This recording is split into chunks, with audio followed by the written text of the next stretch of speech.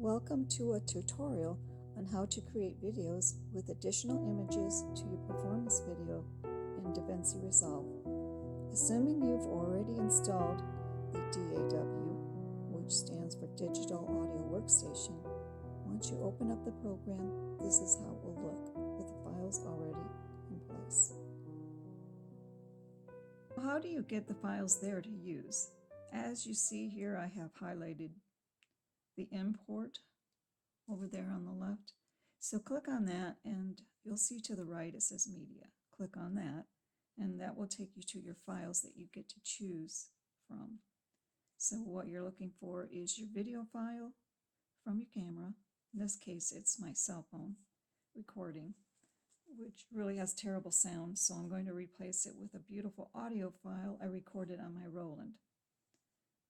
That file was uploaded to my flash drive, then to my computer, and then it was there so I could upload it to Davinci Resolve.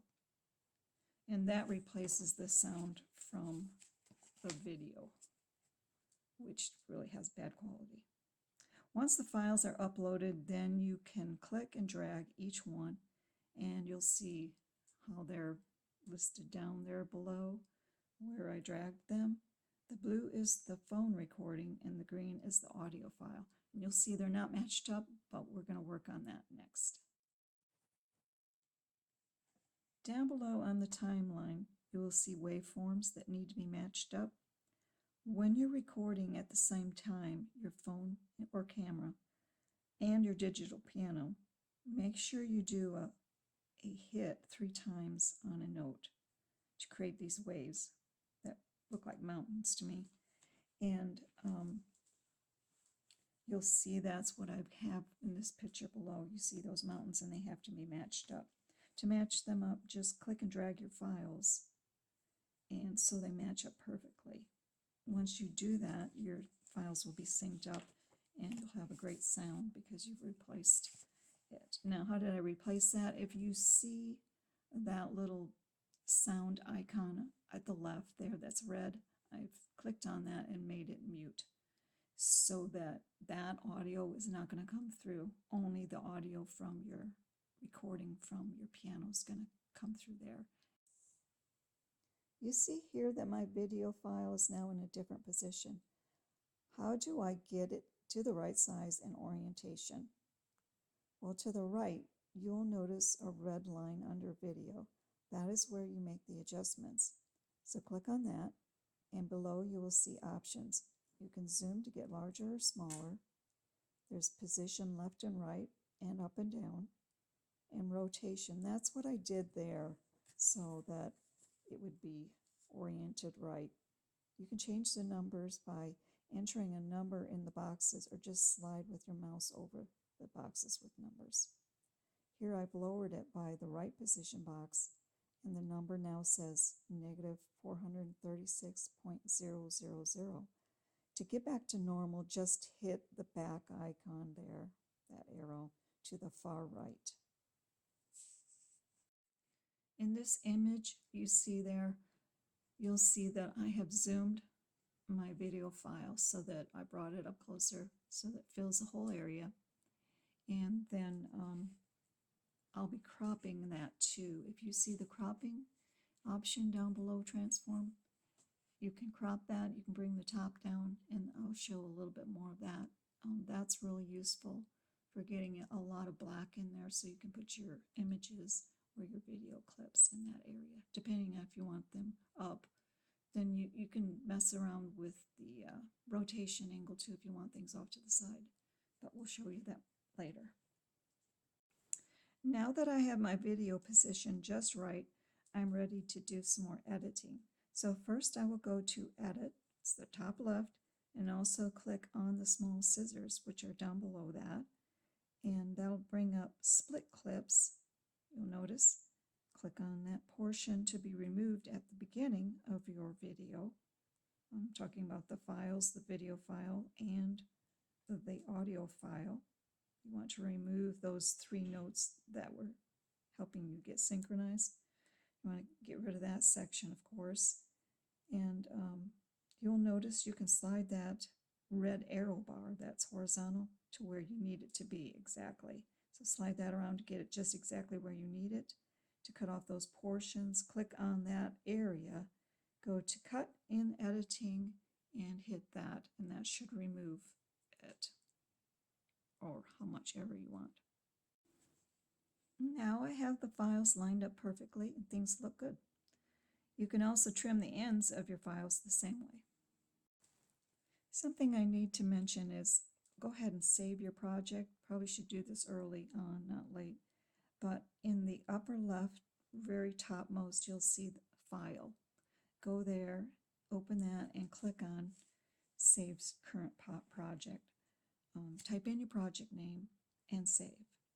And you can see by this next thing that I've done that, and that project's now safe from being deleted. And you can go to it later. So what have I done here? Under cropping tool, you'll see there's a softness tool also that you can just slide that bar to whichever way you decide to go. I have chosen -100.00 to soften the edges. And I'm probably going to play around with that a bit more because it doesn't look quite right. And sometimes I use this, sometimes I don't, just depends on what effect I'm going for. So you can play around with that, and that kind of, is really very adjustable. All right, now we've gone to a different screen altogether. This is Pexels, where I get most of my video clips and still photos to use. You can also use Canva, and you can get it with a free subscription or upgrade to premium for more options. Try to find images that are horizontal for this type of video, because if you use some vertical orientation like a cell phone picture or something like that, then you're going to have to zoom, and that might cause a bit of distortion on the photo or the video. So try to stick with the horizontal. To upload your Pexels Canva video clips or images, just go to File, then Media to access them. Once they're brought up on your computer, then pick the ones you need and get them uploaded. Once they're in there, you just click and drag on that clip or image down to the line where you have your audio and video. I've chosen just a single image for this to keep it real simple. Just click and drag on that image on the right side of it and drag it all the way to the right as far as the length of the video goes, so that it will match up in the time length. You will need to edit the image so it has the right orientation and size. Use the video editing tool to bring it up so it's above the hands and keys. And you can zoom that too. Here it shows very soft because I used the composite tool that's down below, and change the opacity. I found that I was not really happy with that, and I changed it later. And you can do that, it's very easy.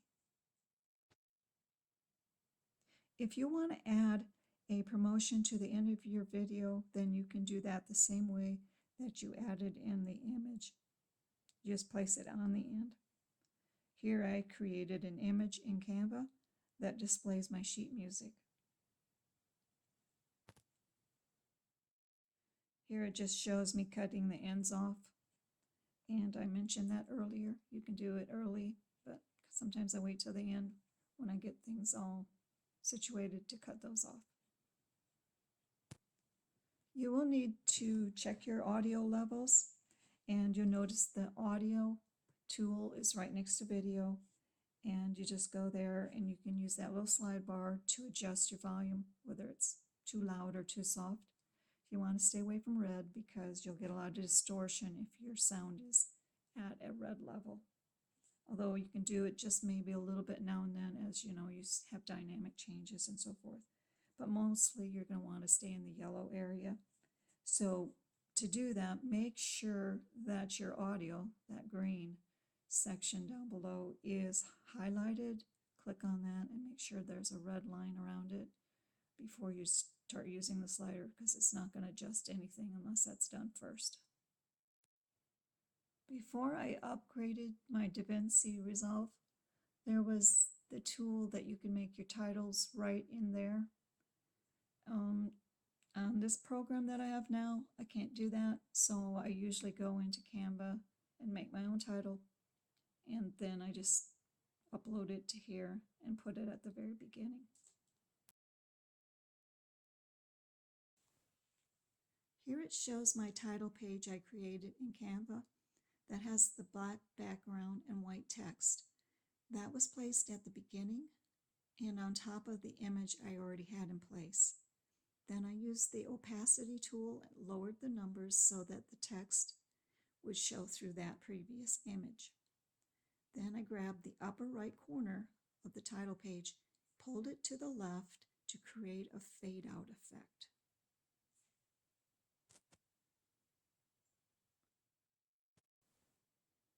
Once you're satisfied with what you've created, you've got your beginning, you've got your end, you know the audio is okay, everything is in the right place, you don't have anything, sticking out funny, you can do your quick export. What I suggest to do is go to quick export, and that is under file, and you'll see it says H.264. You're going to click on that and hit export.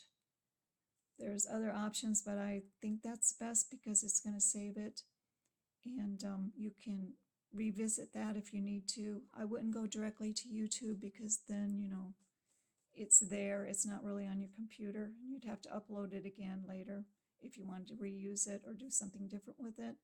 So just do that and then hit the export button, and it will take, not too long, depends on your computer. Some computers are faster than others, and it's only gonna take 5 minutes or so, but I've had some uploads take a half hour, but those were really long extended videos, so you shouldn't have a problem if it's like 3 minutes long. It won't take very long. Just stick with it and watch it, because sometimes you'll hit the export button and something fails, and so you don't realize it. So always watch it to make sure that it's doing okay. And then once it's finished, it will say rendering complete. And then, of course, you need to go in and find out where it's at on your computer, which sometimes is tricky too.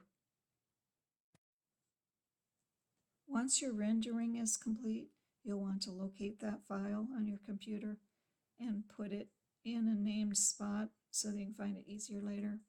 Maybe a spot that will hold more videos later too. Also, if you're going to upload to YouTube, that's not too difficult with this format. You can do it easily. Thank you for watching, and if you have any more questions, just feel free to ask me. I hope I can answer them. I didn't cover everything. We didn't go over how to do movie clips, film clips, things like that, which is another whole process of editing. But this would get you started if you want to do something simple and just understand the tools that are available in Davinci Resolve, which is really easy to use. I was able to learn it almost on my own. A couple times I went on YouTube to look at some videos, but mostly once you know the layout, it's easy to navigate. I would highly recommend it to anyone trying video